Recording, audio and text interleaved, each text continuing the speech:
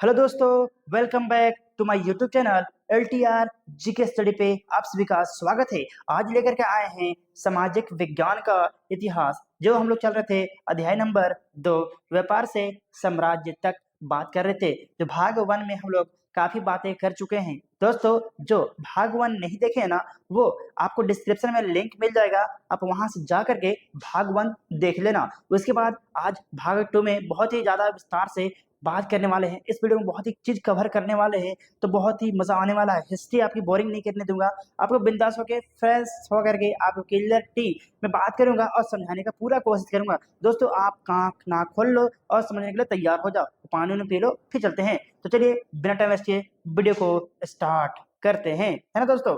Video को start करते हैं। यहाँ तक हम लोग कल कर चुके थे नेक्स्ट पार्ट में, फर्स्ट पार्ट में। अब बात करने वाले थे आज यहाँ व्यापार से युद्ध तक। आज बात करें कैसे हमारा युद्ध बदला व्यापार से। देखिए, बात करते हैं 18वीं सदी की शुरुआत में। कब? 18वीं सदी की शुरुआत में कंपनी और बंगाल के नवाबों का टकराव काफी बढ़ गया था। किसका? कंपनी यानी कि ईस्ट इंडिया कंपनी और बंगाल के नवाबों का टकराव काफी बढ़ गया था। ऐसे में बंगाल के नवाब अपनी ताकत दिखाने लगे थे। जो बंगाल के नवाब थे ना, वो अपनी ताकत दिखाने लगे थे। किनको? तो ईस्ट इंडिया कंपनी को, जिसमें पहला नाम आता है मुर्शिद कुली खान। किसका नाम आता है? मुर्शिद कुली खान के बाद आता है अली वर्दी खान। उसके बाद बात करेंगे अली वर्दी खान, और उसके बाद आता है सिराजुद्दौला। बंगाल के नवाब बने कौन? सिराजुद्दौला। ये काफी इंपॉर्टेंट है। ये सभी शक्तिशाली शासक थे। ये जो तीनों शासक थे ना बेटा, बहुत ही शक्तिशाली शासक थे। उन्होंने कंपनी को रियायत देने से मना कर दिया था। किसको? तो ईस्ट इंडिया कंपनी को रियायत देने से मना कर दिया था। व्यापार का अधिकार देने के बदले कंपनी से नजराने मांगे। किससे? कंपनी से नजराने मांगे गए। तो कौन मांगा? तो नवाब मांगा। बात करते हैं, देखिए, किलेबंदी को बढ़ाने से रोका। ठीक है, किलेबंदी से बढ़ाने को रोक दिया गया। सिक्के ढालने का अधिकार नहीं दिया गया। ये जो टकराव हो गया ना, किसने रोका? तो ईस्ट कंपनी ने रोक दिया। किसको? तो बंगाल के नवाबों को। देखिए, बात करते हैं, ये टकराव क्या हुआ? दिन दिनों दिन गंभीर यानी कि खतरनाक होते गया, दिनों दिन गंभीर होते गया। अतः इन टकराव की परिणति परिणति प्लासी के युद्ध में बदल गया, प्लासी के युद्ध में रूप ले लिया। यही टकराव जो बंगाल के युद्ध हुए थे, और किसके? बंगाल के नवाबों और ईस्ट इंडिया कंपनी के रूप में जब युद्ध होने लगा, तो वही प्लासी का युद्ध के रूप में हम जानते हैं। तो टकटकी लगा के देखते रहो कि मजा आ रहा है ना। अगर वीडियो अच्छी लग रही है ना, तो वीडियो को लाइक कर दो और अपने दोस्तों के साथ भी शेयर कर दो। क्यों? क्योंकि वो भी अपने से क्लियर पढ़ सके दोस्तों, और अपना लाइफ में कुछ भी चेंजिंग कर सके। तो चलिए बात करते हैं नेक्स्ट पॉइंट पे। देखिए, अभी प्लासी के युद्ध में जब चलेंगे, ये भी आपको विस्तार से लेकर के चलेंगे। देखिए, फर्स्ट पॉइंट बात करते हैं इसमें बिना डिटेल्स में। देखिए, बात करते हैं 1756 में। कब? 1756 में अली वर्दी खान। किसने? अली वर्दी खान की मृत्यु हो गई। किसकी? अली वर्दी खान की 1756 में मृत्यु हो गई अली वर्दी खान के। उसके बाद आता है सिराजुद्दौला, जो बंगाल के नवाब बने। कौन? सिराजुद्दौला। याद रखिएगा, कंपनी को सिराजुद्दौला की ताकत से काफी भय था, यानी कि डर था। सिराजुद्दौला की ताकत से, बहुत ही मजबूत स्ट्रॉन्ग शासक था। कौन? तो सिराजुद्दौला शासक था, बहुत ही मजबूत। बात करेंगे आप, देखिए, सिराजुद्दौला की जगह कंपनी एक ऐसा कठपुतली नवाब चाहती थी जो अपना काम करे, जो हम बोले वो करे, वो नवाब को ना माने। ठीक है, वो ऐसा नवाब चाहता था। कौन? तो ईस्ट इंडिया कंपनी एक ऐसा नवाब चाहता था जो अब मेरी बातों को माने, ना कि वो खुद की मनमानी करे। ऐसा चाहता था। कौन? तो ईस्ट इंडिया कंपनी। देखिए, बात करते हैं, जो उसे व्यापारिक रियायतें और अन्य सुविधाएं आसानी से देने में अनाकामी ना करे, यानी कि ना माने। वो जो मांगे, अगर ईस्ट इंडिया कंपनी मांगे हाँ मुझे ये दे दो, तो वो नवाब तुरंत दे दे, ऐसा चाहता था। कौन? ईस्ट इंडिया कंपनी चाहता था। दोस्तों, बात करते हैं, देखिए पॉइंट है, कंपनी के बंगाल के नवाब सिराजुद्दौला के प्रतिनिधित्व में ऐसे किसी को नवाब बना दिया जाए। जवाब में सिराजुद्दौला हुक्म दिया जो जवाब में सिराजुद्दौला ने हुक्म दिया कि कंपनी उसके राज्य के राजनीतिक मामलों में टांग अड़ाना बंद कर दे, वरना ठीक नहीं होगा। ये किसने कहा? तो ये सिराजुद्दौला ने कहा, जो वहां बंगाल के नवाब था, यानी कि शासक था। बात करते हैं पॉइंट, देखिए क्या है। किलेबंदी रोक दिया गया, जो किला बनाया जा रहा था उसको रोक दिया गया। और बकायदा बकायदा राजस्व चुकाए गए। ठीक है, देखिए बात करते हैं दोनों के बीच मतभेद के कारण 1757 में रॉबर्ट क्लाइव और सिराजुद्दौला के बीच प्लासी का युद्ध होता है दोस्तों। किसके बीच? तो 1757 की क्रांति है, प्लासी का युद्ध ही बोलते हैं 1757 की क्रांति, जिसमें किसे किसे बीच हुआ था? तो याद रखिएगा, ये सवाल पूछ सकते हैं आपसे। तो किसे बीच हुआ था? तो रॉबर्ट क्लाइव और सिराजुद्दौला के बीच हुआ था। कब हुआ था? तो 1757 में। कहाँ हुआ था? तो बंगाल में। याद रखिएगा दोस्तों। बात करते हैं जिसमें सिराजुद्दौला की हार एक बड़ा कारण बना। क्या हुआ था उसमें? सिराजुद्दौला की हार हो गई थी। कब? प्लासी के युद्ध में, यानी कि 1757 में हो गया था हार। किसकी?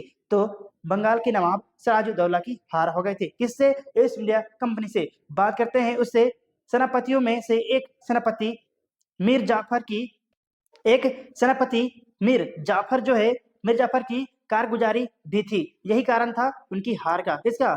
सिराजुद्दौला का हार का सबसे बड़ा कारण था मीर जाफर, जो उसका सेनापति था, वही धोखा दिया था बीच में। ठीक है, पीठ पे खंजर मार के आगे निकल गया था, अंग्रेजों के सपोर्ट किया था। देखिए बात करते हैं प्लासी की जंग इसलिए महत्वपूर्ण मानी जाती है क्योंकि भारत में यह कंपनी की पहली बड़ी जीत थी। जो जीता था ना ईस्ट कंपनी ने, वो सबसे पहला और सबसे बड़ा जीत था। किसका? अंग्रेजों का। किसके विरुद्ध? तो यहाँ के शासक के विरुद्ध था। जो कब हुआ था? 1800 नहीं बल्कि 1757 में हुआ था। उससे हम लोग प्लासी के युद्ध बोलते हैं, याद रखिएगा दोस्तों। अब बात करते हैं, बंगाल के नवाब मीर जाफर बन गया। कौन बन गया? यहाँ बंगाल के नवाब मीर जाफर को बनाया गया। अब कहाँ था पहले? वहां था कौन? तो सिराजुद्दौला था। उसके पीठ पीछे क्या गया? खंजर मार दिया। किसने? तो मीर जाफर ने उसको गलती से नहीं बल्कि उसके खिलाफ क्या किया?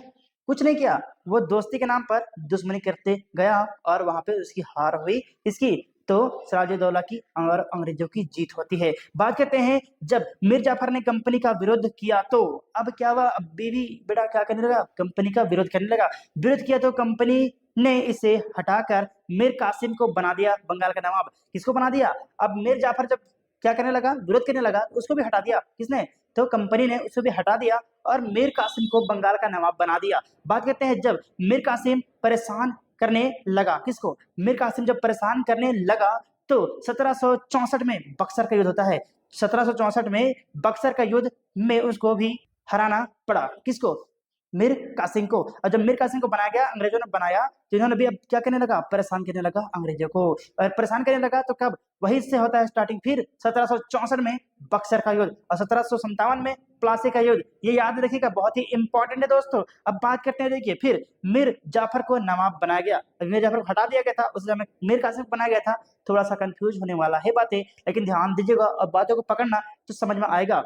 ठीक है, लेकिन याद करते हैं, लेकिन जब मीर जाफर की मृत्यु के बाद रॉबर्ट क्लाइव ने ऐलान किया। क्या क्या? मीर जाफर की जब मृत्यु हो गई, मीर जाफर की जब मृत्यु हो गई, तब रॉबर्ट क्लाइव ने ऐलान किया, अब हम खुद ही नवाब बनाना पड़ेगा। खुद ही नवाब बनाना पड़ेगा। अब वो खुद से नवाब बनना शुरू कर दिए। कौन?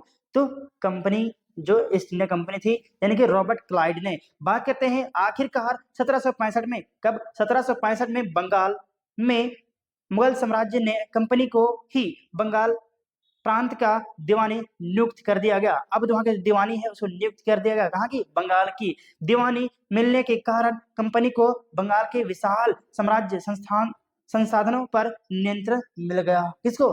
तो ईस्ट इंडिया कंपनी को जो वहां के माल जाल थे सबका क्या हुआ? संसाधन को माल मिल गया। किनको मिल गया? अंग्रेजों को मिल गया दोस्तों। अंग्रेज अब उनकी सत्ता उनके हाथों में आ गई। अब बात करते हैं, देखिए क्या होता है आगे। बहुत ही बात एकदम सटीक चल रही है। देखिए क्या होता है आगे, अब इसमें थोड़ा ध्यान दीजिएगा। देखिए अब बात करते हैं, कंपनी के अफसर नवाब बन बैठे। क्या हुआ? जो कंपनी के अफसर थे, वो क्या बन के बैठे?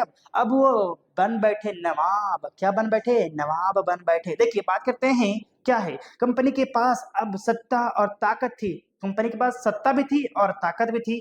ठीक है, याद रखिएगा, सत्ता भी थी और ताकत भी थी। कंपनी का हर कर्मचारी नवाबों की तरह जीने के ख्वाब देखने लगे। जो कर्मचारी थे किसकी? कंपनी के जो साहब थे, वो हर साहब चाहने लगे या वो कंपनी के नवाब की तरह जीना चाहने लगा। देखिए प्लासी के युद्ध के बाद कंपनी को निजी निजी तोहफे के तौर पर जमीन और बहुत सारा पैसा मिला, किसको? कंपनी को मिला। खुद रॉबर्ट क्लाइव ने ही भारत के बेहिसाब दौलत जमा कर लिया था। भारत में ही बेहिसाब दौलत जमा कर लिया था, रुपये पैसे धन दौलत जो हीरे जवाहरात सारा कुछ जमा कर लिया था रॉबर्ट क्लाइव ने। याद रखिएगा दोस्तों। अब बात करते हैं 1743 में। कब? 1743 में। 1743 याद रखिएगा। अभी कहाँ गए थे? 1757, फिर 1764, अब फिर वापस रिटर्न आए हैं 1743 में, जब वह इंग्लैंड से मद्रास, अब का चेन्नई जो है वो मद्रास पहले था, मद्रास आया था। तो उसकी उम्र 18 साल थी। जो वह नवाब था ना, वो साहब जो अफसर बन गया था उस समय, कौन? Robert Clive. वो क्या था? वो 18 साल का ही मात्र था। कब? 1743 में। याद रखेगा। उसके बाद 1767 में जब वह 2 बार गवर्नर बनने के बाद हमेशा के लिए भारत से रवाना हुआ। जब 2 बार वो गवर्नर बन चुका, उसके बाद कब? 1767 में भारत से रवाना हो गया, अपने इंग्लैंड जाने के लिए रवाना हो गया। देखिए, रवाना हुआ तो यहाँ उसकी दौलत कितना थी? यहाँ उसकी दौलत थी 4,11,002 पाउंड के बराबर थी। कितना? 4,11,002 पाउंड के बराबर थी दौलत है। ठीक है। तो 1772 में, कब? 1772 में ब्रिटिश संसद में उसे खुद भ्रष्टाचार के आरोप पर अपनी अपनी सफाई देनी पड़ी। ठीक है। याद रखिएगा। किसको? तो उसको, रॉबर्ट क्लाइव को। ठीक है। वो अपना भ्रष्टाचार के रूप में उसे गिरफ्तार कर लिया गया, तो वो सफाई देने लगा अपने बारे में। देखिए, सरकार को उसकी अकुत संपत्ति के स्रोत संदेहास्पद लग रहे थे। उसे भ्रष्टाचार आरोप से बरी तो कर दिया गया, लेकिन 1764 में उसे आत्महत्या कर ली। कब कर ली? तो रॉबर्ट क्लाइव ने 1774 ईस्वी में आत्महत्या कर लिया। ठीक है दोस्तों। अब बात करते हैं कंपनी का फैलता शासन। ये फैलता गया, अब शासन बढ़ता गया। देखिए, धीरे धीरे एक ही चीज करके विस्तार से करेंगे हम लोग आगे। चलिए आगे बात करते हैं। बहुत ही इंपॉर्टेंट पॉइंट चल रहा है हमारा, जिसमें बात करते हैं बक्सर की लड़ाई 1764 में। ठीक है। बक्सर की लड़ाई 1764 के बाद कंपनी ने भारतीय रियायतों में रेजिडेंट तैनात कर दिया गया। रेजिडेंट तैनात कर दिए गए। ये कंपनी राजनीतिक व व्यावसायिक प्रतिनिधि होते थे। उनका काम कंपनी के हितों की रक्षा करना और उन्हें आगे बढ़ाना काम था। किनको? जो रेजिडेंट थे, उनका काम था कंपनी की रक्षा करना और उनके हितों को आगे बढ़ाना का काम था। अब बात करते हैं, पॉइंट नेक्स्ट है, क्या है? सहायक संधि। अब क्या होता है ये सहायक संधि के बारे में थोड़ी चर्चा करते हैं। जो रियायत इस बंदोबस्त को मन लेती थी, उसे कंपनी स्वतंत्र सेनाएं रखने का अधिकार नहीं रहता था। उसे कंपनी की ताकत की सुरक्षा मिलती थी और सहायक सेना के रखरखाव के लिए वे कंपनी को पैसा देती थी। क्या करती थी? कंपनी को पैसा देती थी सहायक सेना रखने के लिए। उसी को बोलते हैं हम लोग सहायक संधि। याद रखिएगा दोस्तों। एक क्या बोलते थे, जिससे किसी को अब रख रहे हैं हम, उसमें तो किसी पेपर बनाएंगे ना कि हाँ उसको रख रहे हैं, तो उसके लिए हम पेपर बनाएंगे, तो वही को हम बोलते हैं संधि। लिख गया है इसमें कि हम सहायक सेना को रख रहे हैं, उसके लिए रख रखाव के लिए हमको पैसा देना है, तो वो सब बॉन्ड किया गया, लिखा गया। उसकी बात करते हैं अब टीपू सुल्तान की। बहुत सलाम करते हैं टीपू सुल्तान को, जो हमारे प्रथम भारतीय आजादी की लड़ाई ने स्टार्टिंग किया। यहाँ पे देखिए, बात करते हैं टीपू सुल्तान की। थोड़ी कलर को चेंज करते हैं ताकि आपको क्लियरिटी आए। ठीक है। देखिए, बात करते हैं शहर मैसूर। कहाँ? शहर मैसूर में बात करते हैं। शहर मैसूर हैदर अली शासन काल कितना है? तो 1782 से 1799 तक की इनकी शासन काल रही हैदर अली का। और विख्यात उनके विख्यात पुत्र टीपू सुल्तान, जो हैदर अली था उन्हीं का पुत्र था टीपू सुल्तान। ठीक है। याद रखिए, टीपू सुल्तान उसका शासन काल है 1782 से 1799।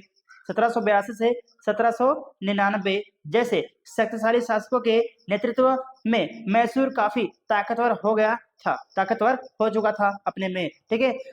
मालाबार तट पर, कहाँ पे? मालाबार तट पर होने वाला व्यापार मैसूर रियायत के नियंत्रण में था। जो मैसूर का रियायत था उस पर नियंत्रण था, जहां से कंपनी जो है वो काली मिर्च और इलायची खरीदती थी। कहां से?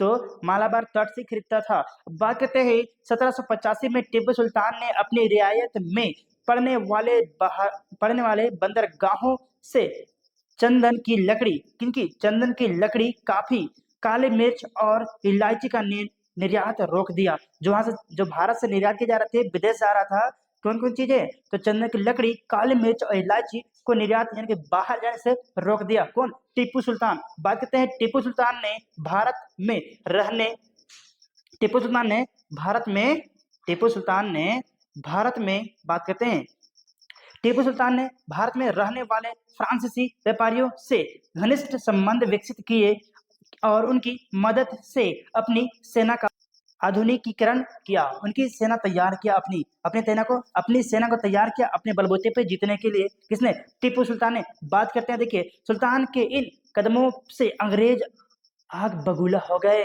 क्या वो फ्रांसीसी जो थे उनसे सहायता लेकर के अपनी टीम तैयार कर लिया था, तो इससे क्या हुआ, जो अंग्रेज थे बेटा ना, वो आग बबूला गुस्सा होने लगे। किससे?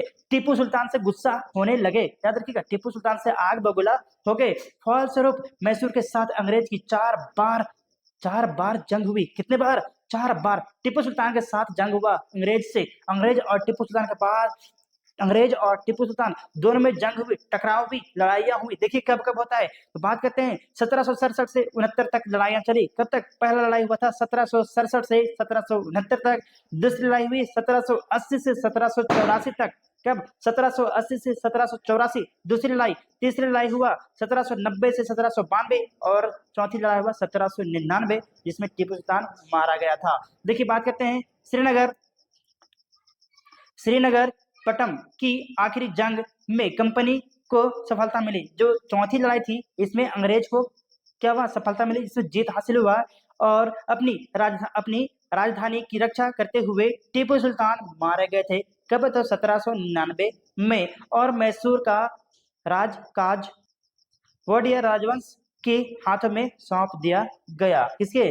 तो पुराने वोडियर राजवंश थे, उनके हाथों में यहाँ के जो सत्ता थी वो सौंप दिया गया। कहाँ की? तो मैसूर की। याद रखिएगा। बात करते हैं अब है मराठों से लड़ाई। देखिए बहुत ही इंपॉर्टेंट है, इसमें थोड़ी कलर चेंज करते हैं ताकि आपको पूरी क्लियर हो सके। मेरठ से अब यहाँ पे युद्ध स्टार्ट होता है दोस्तों। बात करते हैं 1761 में। कब? 1761 फिर आता है हम लोग को। देखिए 1761 में पानीपत की तीसरी लड़ाई में हार के बाद दिल्ली के शासक का शासन चलाने का मराठों का सपना चूर चूर हो गया। मराठे हार गए दिल्ली के शासक से। ठीक है, कब? तो 1761 में। ये भी कहाँ बात करते हैं? मराठों की लड़ाई। देखिए बात करते हैं उन्हें कई राज्यों में बांट दिया गया कि राज्यों की बागडोर सिद्धियां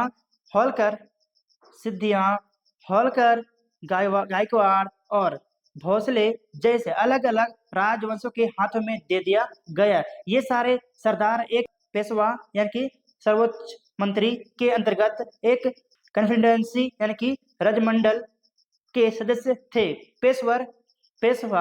पेशवा इस राजमंडल के सैनिक और प्रशासनिक प्रमुख होते था और पुणे में रहता था। कहाँ पे? तो पुणे में रहता था। महादाजी सिद्धिया और नाना फडणीस 18वीं सदी के आखिर के दो प्रसिद्ध मराठा योद्धा और राजनीतिक थे। देखिए अभी इसमें बात करेंगे, बहुत ही इंपॉर्टेंट चलने वाला है। देखिए बात करते हैं पहला युद्ध, मराठों का पहला युद्ध बात करेंगे तो 1782 में सालबाई संधि के साथ खत्म हुआ। दूसरा कब? तो दूसरा अंग्रेज मराठा, दूसरा जो युद्ध था वो अंग्रेज मराठा 1803 से 1805 तक कई मोर्चों पर लड़ाई हुआ। ठीक है, उसके बाद बात करेंगे नतीजा क्या हुआ। देखिए नतीजा यह हुआ कि उड़ीसा, कहाँ? उड़ीसा, आगरा, दिल्ली कई भूल भाग अंग्रेजों के कब्जे में आ गए। इसी से अंग्रेजों के कब्जे में आ गए। तो कब? 1803 से 5 की लड़ाई में। बात करते हैं तीसरी युद्ध जो हुआ 1817 में। कब? 1817 में स्टार्ट हुआ और 1819 तक चला। अंग्रेजों ने मराठों की ताकत को पूरी तरह से कुचल दिया, यानी कि मराठों को भी यहाँ पे हार का सामना करना पड़ा। कब? 1817 से 1819 की जो युद्ध हुई थी उसमें। दोस्तों बात करते हैं अब क्षेत्रीय रियायत की आक्रमण नीति। अब जो क्षेत्रीय रियायत थे, छोटे छोटे रियायत थे, उनकी जो आक्रमण की नीतियां थी उनके बारे में चर्चा करते हैं। देखिए लॉर्ड हेस्टिंग 1813 से 1823 तक गवर्नर बना। कब? 10 साल वो गवर्नर रहे। के नेतृत्व में क्या हुआ? सर्वोच्च की एक नई नीति शुरू की गई। कंपनी का दावा था कि किसी कंपनी का दावा था कि उसकी सत्ता सर्वोच्च है, सबसे ऊपर है, इसलिए यह भारतीय राज्यों से ऊपर है। इसलिए भारत जो राजा थे उससे ऊपर है हमारी राज्य, ऐसा बोलते थे अंग्रेज। बात करते हैं, देखिए 1838 में 1838 से 1842 के बीच युद्ध होता है। कहाँ? अफगानिस्तान में। 1838 से 1842 के बीच अफगानिस्तान के साथ लंबी लड़ाई लड़ी और अप्रत्यक्ष कंपनी शासन स्थापित कर दिया। वहां पर भी जीत हासिल हुई कंपनियों का। ठीक है, देखिए 1843 में सिंध भी कब्जे में आ गया। जो सिंध था हमारा, जहां सिंधु घाटी सभ्यता का नाम जानते हैं, वह सिंध भी उनके कब्जे में आ गया। इसके बाद पंजाब की बारी थी। उसके बाद पंजाब में क्या किया? कब्जा किया गया अंग्रेजों का। यह महाराजा रणजीत सिंह ने कंपनी की दलाल नहीं, यहाँ की कंपनी जो कहाँ की, तो सिंध की जो राजा था वो सिंध की राजा ने, महाराजा रणजीत सिंह ने कंपनी की दाल नहीं गलने दिया, वहां टिकने नहीं दिया। किसको? अंग्रेजों को। देखिए बात करते हैं 1839 में इसकी मृत्यु के बाद, अब बेचारा था जो महाराजा रणजीत सिंह, उसकी मृत्यु हो जाती है। कब होता है? तो 1839 में मृत्यु के बाद क्या होता है? देखिए 1839 में मृत्यु के बाद इस रियायत के साथ दो लंबी लड़ाइयां हुई। जब उनकी मृत्यु हो गई तो दो लंबी और लड़ाइयां हुई, जिसमें आखिरकार 1849 में अंग्रेजों ने पंजाब का भी अधिग्रहण कर लिया। उन्हें भी कब्जा हो गया अंग्रेजों का। कहाँ हो गया बच्चों? तो कब हुआ? बात करते हैं 1849 में अंग्रेजों का कब्जा हो गया। कहाँ पे? पंजाब में। देखिए दोस्तों, अब बात करते हैं, देखिए थोड़ी बात करते हैं विलय नीति की। अब बात करते हैं मिलाना, विलय करना, मिलाना। ठीक है, विलय नीति की। तो लॉर्ड डलहौजी ने एक नीति अपनाई जिसे विलय की नीति का नाम दिया गया। विलय की नीति, मिटा देना, विलय की नीति। ठीक है, यह सिद्धांत इस तरह पर आधारित था कि अगर किसी शासक की मृत्यु हो जाती है तो उसका कोई पुरुष वारिस नहीं है, तो उनकी रियायत हड़प कर ली जाएगी। अगर किसी राजा है और उसके बच्चे नहीं हुए, यानी कि जो बच्चा है वो नहीं हुआ, तो वो राज शासक है वो हड़प ले जाएगा। जो वहां का राजा है वो अंग्रेज बनेगा। ऐसा नीति अपनाया किसने? तो लॉर्ड डलहौजी ने। देखिए आगे बात करते हैं, यानी कंपनी के विभाग का हिस्सा बन जाएगा, जो कंपनी का हिस्सा था उसमें आ जाएगा। ठीक है, इस सिद्धांत के आधार पे एक के बाद एक रियायत सतारा सतारा यानी कि 1848 में, कब? ये 1848 में सतारा अंग्रेजों के अंदर में आ गया।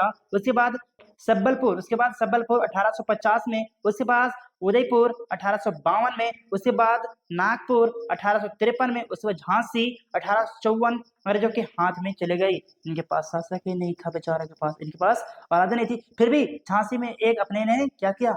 गोद लिया एक बच्चे को, फिर भी वो नहीं माने। देखिए आगे बात करेंगे, अभी बहुत ही बात चल जाएगी। नए शासन की स्थापना बात करते हैं दोस्तों। क्या बात करेंगे? नए शासन की स्थापना। तो ब्रिटिश इलाके मोटे तौर पर प्रशासनिक इलाकों में बटे हुए थे, जिन्हें प्रेसिडेंसी कहा जाता था। क्या कहते थे? उसी को हम प्रेसिडेंसी कहते हैं। फिर सबको रिपीट कर रहे हैं, लाइन ध्यान दीजिएगा। ब्रिटिश इलाके थे मोटे तौर पर प्रशासनिक इलाके, जहाँ प्रशासन किया जाता था इलाकों में अंग्रेजों द्वारा, उसी को हम लोग प्रेसिडेंसी कहा जाता था। उस समय 3 प्रेसिडेंसी थी, जिसमें बंगाल, मद्रास और मुंबई, ये 3 प्रेसिडेंसी थी। ठीक है, याद रखिएगा। ये 3 जगह पे रूल्स करते थे कौन? तो अंग्रेज यानी कि ब्रिटिश। देखिए बात करते हैं न्याय व्यवस्था कैसी थी उस समय की। तो बात करते हैं 1772 में एक नई न्याय व्यवस्था स्थापित की गई। कब? तो 1772 में स्थापित की गई न्याय व्यवस्था। इस व्यवस्था में प्रावधान किया गया कि हर जिले में 2 अदालतें होंगी। हर जिला में 2 अदालतें होंगी, जिसमें होगी फौजदारी अदालत और दीवानी अदालत। ये अंग्रेजों का रूल्स, अंग्रेजों का दिया हुआ है, याद रखिएगा दोस्तों। बात करते हैं अब 1773 के रेगुलेटिंग एक्ट के तहत एक नए सर्वोच्च न्यायालय की स्थापना की गई। इसकी अब सुप्रीम कोर्ट की स्थापना किया गया। किसके अंतर्गत? तो किसके अंतर्गत किया गया दोस्तों? तो बात करेंगे 1773 के अंतर्गत रेगुलेटिंग एक्ट के तहत। देखिए बात करते हैं कंपनी की फैज। देखिए बात करते हैं कंपनी के साथ भारत के शासन और सुधार के विचार तो आए, लेकिन उनकी असली सत्ता सैनिक ताकत थी। किनकी? कंपनी की जो ताकत थी वो असली ताकत सैनिक सत्ता थी। 19वीं सदी की शुरुआत में, कब 19वीं सदी की शुरुआत में अंग्रेज के समरूप सैनिक विकसित करने लगे थे। सिपाहियों को यूरोपीय ढंग का प्रशिक्षण या अभ्यास और अनुशासन सिखाया जाने लगा। अंग्रेज जैसा बनाने के लिए उसे सिखाया जाने, ट्रेनिंग दिया जाने लगा। अब देखिए निष्कर्ष बात करते हैं इस चैप्टर की। निष्कर्ष क्या है? ईस्ट इंडिया कंपनी का एक व्यापारिक कंपनी से बढ़ते बढ़ते एक भौगोलिक औपनिवेशिक शक्ति बन गई। 1857 तक भारतीय उपमहाद्वीपीय के 63% भाग और 78% आबादी पर कंपनी का सीधा शासन स्थापित हो चुका था। कब? तो 1857 तक पूरे भारत में कब्जा कर चुके थे ये सब। 63% भारत में पूरा कब्जा कर चुके थे, जिसमें आपकी 37% ही कब्जा नहीं कर पाए थे भारत में। उसके बाद बात करते हैं, देखिए आगे है, देश के शेष भूभाग और आबादी पर कंपनी का अप्रत्यक्ष प्रभाव था। जो उनकी डर थी वह अभाव थी। दोस्तों ये हमारा चैप्टर कंप्लीट होता है। तो दोस्तों कैसा लगा वीडियो? अगर वीडियो अच्छी लगी है तो वीडियो को लाइक करना है और अपने दोस्तों के साथ शेयर करना है और हमें नेक्स्ट वीडियो के लिए फॉलो भी कर लेना है। तो दोस्तों आज के लिए इतना ही, फिर मिलेंगे नेक्स्ट वीडियो में। तब तक के लिए जय हिंद, वंदे मातरम।